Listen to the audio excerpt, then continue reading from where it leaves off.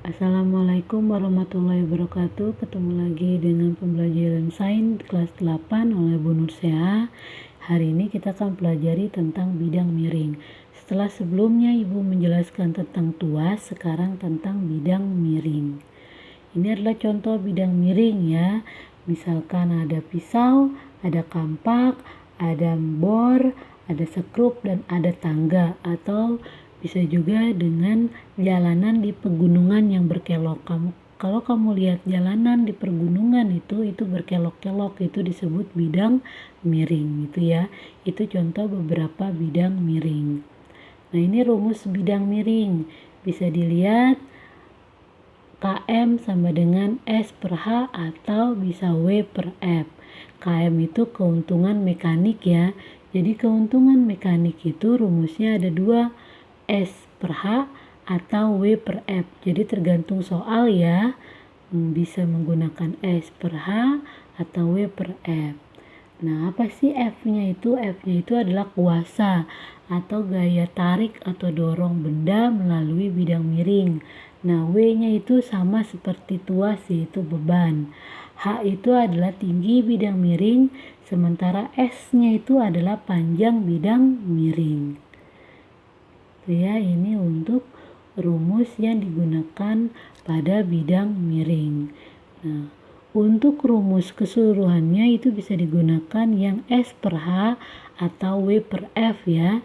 Jadi untuk KM-nya itu bisa digunakan KM sama dengan S per H atau bisa juga KM sama dengan W per F.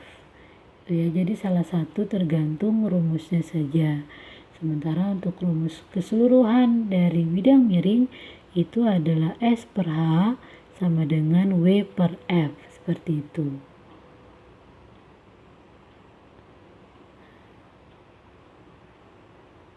Kita lanjut ya, itu tentang rumus bidang miring.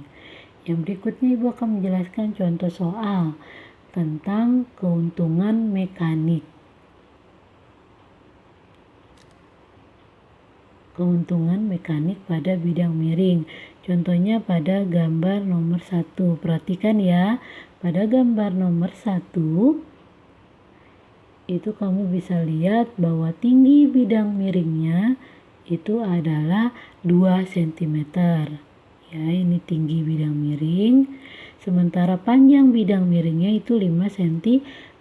Maka nomor 1 ini bisa didapat keuntungan mekanik atau KM-nya menggunakan rumus S per H.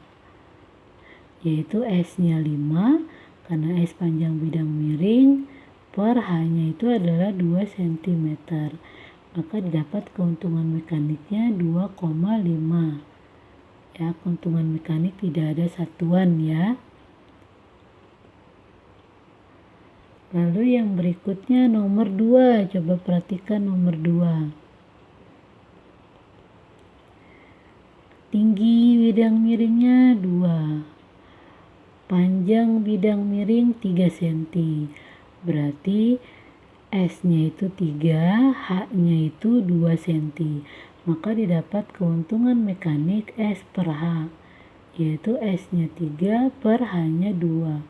Maka didapat 1,5. Dan seterusnya. Bisa ya, jadi ingat S itu panjang bidang miring, H itu tinggi bidang miring. Rumus keuntungan mekanik yaitu S per H atau W per F, tergantung soalnya diketahuinya apa. Yang berikutnya, contoh berikutnya, ini adalah yang ada gambar bidang miring ya. Ditanyanya itu adalah yang A, keuntungan mekanik atau KM. Yang kedua itu nilai kuasa. Kuasa itu ingat ya, kuasa itu adalah F atau tarikan atau dorongan, itu F kuasa. Nah, kita lihat dulu gambarnya. Di sini bisa diketahui ada W itu beban ya. Lalu ada 2 meter, ini adalah H. Lalu panjang bidang miringnya ini S 10 meter, lalu ditanyanya F atau kuasa. Kita tulis dulu ya, jangan lupa untuk menulis diketahui. Apa tadi diketahui W-nya?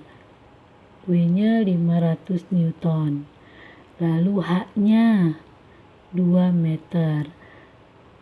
S-nya 10 meter. Nah, lalu ditanyanya itu adalah yang A itu km atau keuntungan mekanik. Yang B itu nanya kuasa atau F. Ini ditanya A dan B. Lalu kita jawab.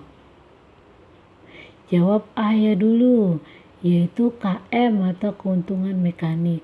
Kita bisa menggunakan S per H karena S-nya sudah ada, H-nya pun sudah ada. Maka km sama dengan S per H. S-nya berapa? 10, H-nya berapa? 2. Ini sama-sama meter ya. Ingat satuannya harus sama, harus meter-meter atau sentimeter-sentimeter. 10 bagi 2, 5. Maka didapat keuntungan mekanik bidang miring itu adalah 5. Lalu yang B. Yang B itu mencari F kuasa. Nah, cara mencari F itu dengan rumus adalah W per F sama dengan S per H. Seperti itu ya. Nah, Ibu simpan dulu. Ibu akan jelaskan yang B ya. Tadi yang A udah jelas ya. Yang B itu adalah rumusnya W per F sama dengan S per H. Tadi dapat W-nya 500. Tulis ini 500 per F-nya kan yang ditanya. Maka kamu tulis saja F sama dengan S-nya itu panjang bidang miring 10, hanya itu tinggi bidang miringnya yaitu 2. Lalu kamu kali silang saja. F dikali 10 ya, ini F dikali 10, 10F sama dengan 500 dikali 2. 500 dikali 2. Nah, maka didapat 10F sama dengan 500 dikali 2 itu adalah 1000. Maka F sama dengan 1000 dibagi 10 ya, 1000 per 10. Maka coret nolnya 1, maka F-nya didapat 100 Newton. Nah, itu ya, itu untuk mencari kuasa atau tarikan atau dorongan melalui bidang miring. Paham ya?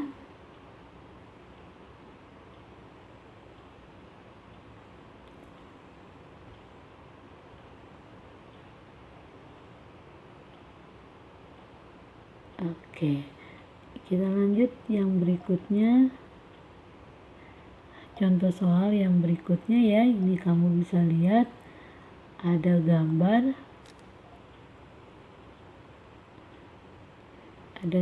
bidang miring. Bisa dilihat ini H-nya ya, tinggi bidang miringnya 20 cm, panjang bidang miringnya ini S 60 cm. Lalu dilihat di soalnya, diketahui kuasa pada beban di samping adalah 200 Newton. Ingat, kuasa itu F, berarti F-nya diketahui 200 Newton. Lalu tentukan yang A, keuntungan mekanik atau KM ya, sama. Lalu yang B itu adalah besar beban yang dapat diangkat, tuh berarti W. Berarti W-nya ditanya berapa. Kita nyari yang A dulu. Ya, ini diketahui tadi H-nya 20, S-nya 60. Nanti kamu tulis ya, diketahui, ditanya, dijawab. Ibu langsung jawab, yaitu KM-nya sama dengan S per H. S-nya diketahui 60, H-nya 20. Coret, jadi 6 bagi 2, 3. Maka didapat keuntungan mekaniknya 3. Lalu yang B itu mencari W, jangan lupa rumusnya S per H sama dengan W per F. Masukkan angkanya. S-nya berapa S-nya? S-nya 60. Per H-nya. H-nya ini 20 sama dengan W-nya yang ditanya, tulis W per F-nya udah ada 200. Tinggal kamu kali silang. Ingat ya, kali silang itu variabel dulu ya, kayak tadi F sekarang W, berarti W dikali 20, tulisnya W kali 20 sama dengan baru yang angka 60 kali 200. Maka ini W kali 20 sama dengan 60 dikali 200, 12.000. Maka W sama dengan 12.000 dibagi 20, nolnya coret.